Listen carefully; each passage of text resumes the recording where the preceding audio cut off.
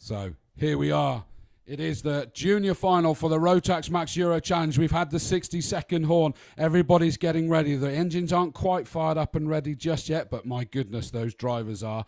They are going to be released onto the circuit to do their 2 formation laps, come round and make sure that they're all lined up properly, not trying to make any kind of jump start. And then they will be released for their 16-lap race. After the 2 formations, 20 racing laps, and if the previous races are anything to go by, they're going to be racing all the way till the end of this as well. And whilst it might be considerably longer than the other races, I bet it will still go incredibly quick. And they've got to make a stand as quickly as they can, but they've got plenty of time. There we go. The engines are fired up, the karts are fired up, and they're pulling away. And we're now on to our warm-up lap for this. So here is the grid for the final for the Rotax Junior class here at Castelletto. On pole position after the win in the pre-final, it's Axel Charpentier with Mark Kimber alongside, who'd started that race in pole position. Row 2, Glenn Van Berlo and Ollie Coldwell. Row 3, Adam Smalley, the Winter Cup winner, and Lucas Dunaire, who came through making up loads of positions after an unfortunate day yesterday. 4th row, Tamino Bergmeyer and Tom Canning. Row 5, Chao Zhou and Connor McCarthy. Row 6, Hugo Anderson and Titus Shanghai Schmidli. On the 7th row is Killian Meyer and Sebastian Essner. Row 8 is Max Pilker and Jasin Ferati. Max Pilker making up a lot of positions after having to do the second chance heat after an unfortunate day yesterday, but he's got himself up onto row 8. 9th row is Enzo Valent and Laszlo Toth. Row 10, Laurie Lepper and John Nomblo. 11th row, Pepin Krajefeld and Pietro Wisnicki. 12th row, as the karts go screaming by and drowning me out there, Matteo Kaprasic and Antoine Perceval. 13th row, Daniel Netiagovsky and Ruben Del Sart. Row 14, Kamniok Artsemi and Andre Walter. 15th row, Jimmy Hannes and Dirk Seefried. He had an unfortunate pre-final, so expect to see him working his way through. 16th row, Madeline Radney and Phil Durr. And on the 17th row, local lad Lorenzo Ferrari and Joe Phillips in kart 31. So that is your 34 starters for this, the final for the Rotax Junior class here in Castelletto at the Sette Laghi circuit. That's 7 lakes, because we got some beautiful lakes around here. It's in the Lombardia region of Italy, which includes Milan as its capital. No one cares about that because it's now race time as they get themselves into the corridors. They get themselves slowed right down. They've done it nice and early this time as they're going round the first of the 2 hairpins towards the end of the lap, turn 9. They're now into the left-hander of turn 10. The marshals will be stood on the track, slowing them down, making sure they are in control, making sure they are in position as they come down towards the next set of marshals with the yellow flag showing. Just keeping everybody in order, making sure everybody's behaving. They move out of the way, which is just as well. As they come round the penultimate corner, there'll be another official just moving out of the way now after happy that they're in the corridors. Down the corner to take the lights, another official telling them to slow down. And here we go, and the lights are indeed out for this 16-lap race. Axel Charpentier has the inside line, and it looked like a slight bit of contact with Mark Kimber, but nothing too extreme. But as he was intended to do, Glenn Van Berlo jumped through and takes second. In fact, Adam Smalley is up to 3rd, Mark Kimber to 4th, but fear not, because that happened rather similarly in the in the pre-final, and Mark Kimber was able to fight brilliantly through towards the front again. But Axel Charpentier has the lead at the moment, with Glenn Van Berlo in 49 just behind him, and then Adam Smalley. So basically that's the odd numbers in 1, 2 and 3 from the grid that have managed to take advantage of that inside line. Mark Kimber's then sat there in that 4th position, and the only one who's really breaking clear at the moment from this gaggle is Axel Charpentier in the lead, but we've seen this happen time and time again and then suddenly disappear. And you've then got Tamino Bergmeyer up in the heat of battle yet again, and we got a challenge. I thought Adam Smalley was looking to make a move, and that's potentially cost him at least 1 position, maybe even 2. Bergmeyer's not able to get past, but Mark Kimber has jumped past Adam Smalley in the 25 car. So Mark Kimber is back up 1 of those positions he wanted. He's up into 3rd, and in fact it looks like he's carrying some great speed down that straight. Not quite enough to get up the inside of Glenn Van Berlo. Glenn Van Berlo made sure there was no space for Mark Kimber to move up the inside. All the while, Axel Charpentier just stretching his legs ever so slightly towards the front. Glenn Van Berlo is not going to want him to get away. Mark Kimber even less so. As they head round turn number 10, the last of the hairpins, they head back towards us to complete their second lap. Axel Charpentier still trying to stretch. It was over half a second already on that last lap. What's his lead going to be this time round? It's just under, so it's down to 0.4 this time. So Glenn Van Berlo has actually managed to close in. Mark Kimber, Adam Smalley, Bergmeyer, then a little bit of a gap to Lucas Donnet. Ollie Caldwell's just lost a few positions on that opening lap, but he's still there in striking distance, and judging by his racing in the pre-final, do not discount Ollie Caldwell. He looked fairly relaxed, and we got a couple of karts off on the grass in front of us. I can't quite make out the numbers. Is one of them maybe 69, Jimmy Hannes? I think it may well be, but two of them are out, and the karts are basically only just off the circuit, so there'll be yellow flags there unless they can get that out of the way before the karts come through. And it looks, whilst we were focusing on the incident in front of us, that Mark Kimber has got himself up into second position. So Glenn Van Berlo's down to third, and Timo Bergmeyer just behind in the 33 kart. Through they come. Axel Charpentier now has his teammate hunting him back down. They were on the front row together. Oh, and we've got contact there, as it looked like Glenn Van Berlo was trying to make a move for second, and he just tapped ever so slightly Mark Kimber, that not only lost him that position, but it looks like he's also been followed through by Tamino Bergmeyer. 33 is now up there as well. So Mark Kimber back down to fifth again. Is it? No, fourth position, but he's already made up one of those. He was not hanging around, straight up the inside of Bergmeyer, and as we so often see with Restaurant Corner, that's cost Bergmeyer another position. Adam Smalley's through, and yet again another position. Lucas Donner's managed to force his way through, and is that Ollie Caldwell, I think, has managed to go through as well. So that Restaurant Corner is really a delightful corner, or your worst nightmare.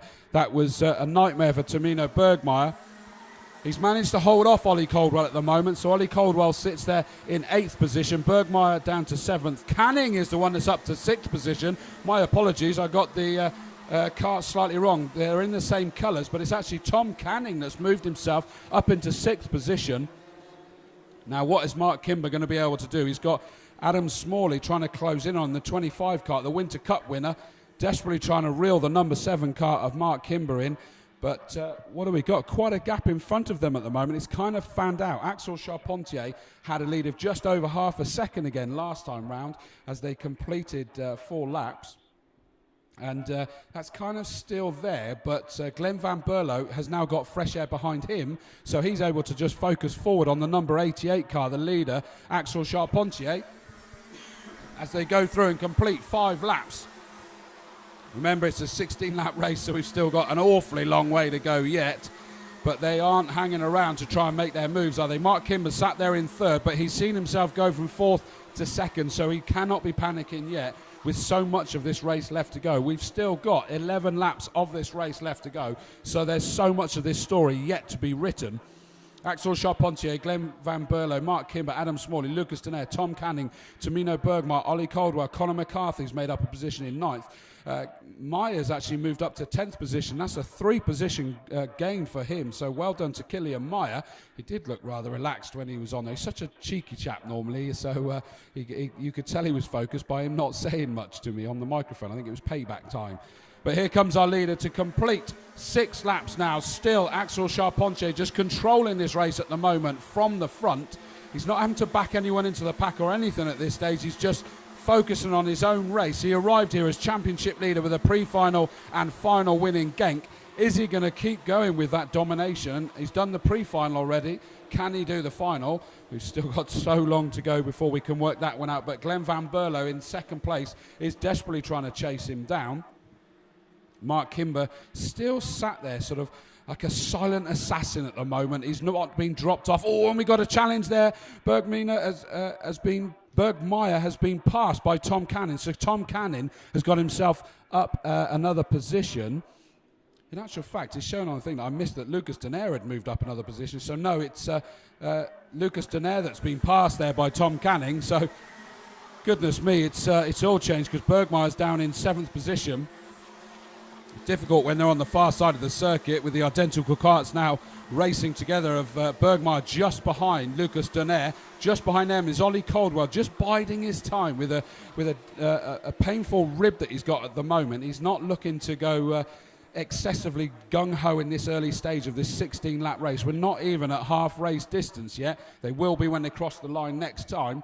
But Axel Charpentier, his lead was actually cut a bit there. 0.4 was the lead, so it's gone back under that half a second at the moment. And it does look as though third position, Mark Kimber, is now starting to reel in second position, Glenn Van Berlo. Glenn Van Berlo must be fully aware that he's there. Then we've got a slight gap back to Adam Smalley, who's got Tom Canning closing him down rapidly. So no sooner has Tom Canning moved up that one position, he's rapidly honed in onto the back of our Winter Cup winner, Adam Smalley. So number 25, just throwing it round the turn 3 S's there, trying to escape as much as he can, but look ahead of them in that second and third battle. Mark Kimber is lining up for the move down to turn 6. He's alongside him, and he's done it. He's through to second position. He's disposed of Glenn Van Berlo.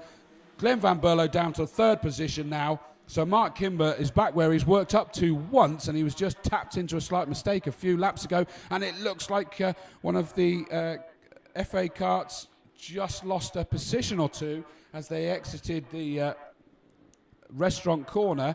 We'll have to wait and see which one it is when they come back closer to my view. Through goes Axel Charpentier. Mark Kimber now in that second position. Glenn Van Berlo down to third, Smalley, Canning, Lucas Donaire, Bergmeyer. So there is no change, so maybe they changed and changed again. And Conor McCarthy still sat there in ninth. Killian Myers rounds out your top 10 at the moment as they head down for the 10th time in this 16-lap race. Axel Charpentier has managed to get that to 3/4 of a second is his lead now, so he's really gaining control very rapidly. Mark Kimber's there now. They might be teammates, but I don't think Mark Kimber has any intention of letting him go and holding up the rest of the pack. He's going to want to get that win, get himself up there from pole position to second in the pre-final. He doesn't want to stay second after in this final as well. He wants to role reverse this, and this is the one to do it. This is the bigger points in this final, don't forget. Through goes Axel Charpentier. 10 laps completed. Mark Kimber following close in. In fact, Mark Kimber just put in a new fastest lap with purple sectors in 1 and 3. So new fastest lap of the race for our second position youngster Mark Kimber in cart number 7. That means he is hunting him down. He's taking it below the 0.7 mark, so he's just slowly reeling him in, and he's not really taking Glenn Van Berlo with him at this stage, is he? So he's still got a bit more. Laszlo Toth has moved himself up to 14th position, just jumped ahead of Valent on that last lap. So there's still plenty going on through this grid as we see them coming around turn 10 and start heading back towards us in this commentary box. It's still Axel Charpentier throwing it in. The fitness these youngsters must have is incredible. It's hurting my arms just watching them throw the carts through some of these corners. It looks like we've got a warning for the number 50 cart of Andre Walter. As they cross the line, it does. You can see that gap is going down. It's down to 0.583. So Mark Kimber is hunting down Axel Charpentier. The number 88 car still in the lead at the moment, but he must be getting informed by his mechanics that lead is gradually disappearing. Mark Kimber is trying his best. Glenn Van Berlo in third position. Adam Smalley, Tom Canning, Lucas Donaire, Bergmeyer in 7th, Ollie Caldwell in 8th, and then it's a little bit of a gap back to for a lonely race, Conor McCarthy, as they start heading their way back towards us again. They've exited turn number 10. Here comes our leader, number 88, Axel Charpentier. Has he got an answer to Mark Kimber's attempts to close him down? This time round as they go through, no, Mark Kimber just closed ever so slightly again, not as fast as his best time, but he is still just ever so slightly closing him in, about a 10th that time. And in fact, Glenn Van Berlo in that third position needs to be aware because he's got Adam Smalley and Tom Canning closing in on him. He's the British sandwich at the moment, is Glenn Van Berlo. The two Brits, Axel Charpentier and Mark Kimber up front. Then it's Glenn Berlo, the Dutch driver, Adam Smalley, Tom Canning just behind.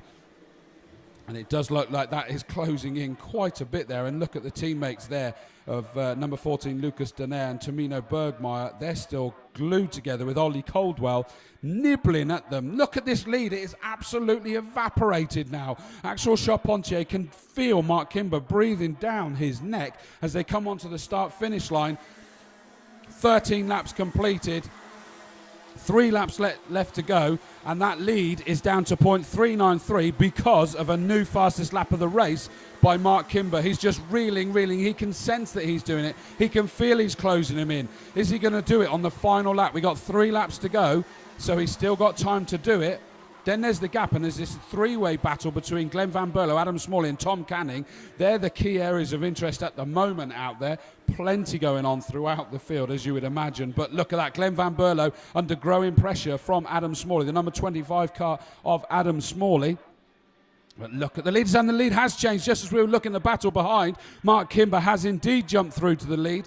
I thought that he was going to wait maybe another lap or two, but he's reeled him in over the course of these last few laps, and he's jumped his way through there. I would imagine that he's done that down at Restaurant Corner, and a fabulous move. Hence, I wouldn't have seen it because that's out of my eyesight, unfortunately, here in the commentary box. But he's jumped up. Glenn Van Berlo still holding off Adam Smalley and Tom Canning. Then it's another 3-way battle, as we've been calling. Lucas Denaire, Bergmeyer and Ollie Coldwell. But disappearing down the stretch for the penultimate time. It is now Mark Kimber that's worked so hard to get himself up there into the lead. This will give him the biggest haul of the points for the victory, so Axel Charpentier is not going to want to let it go. You could see the focus Axel had as he was sat on the grid waiting to put his helmet on. He had his head down, his hands just covering the sun from him so he could focus. He certainly needs to focus to try and overhaul Mark Kimber now. The number 7 car is still in the lead.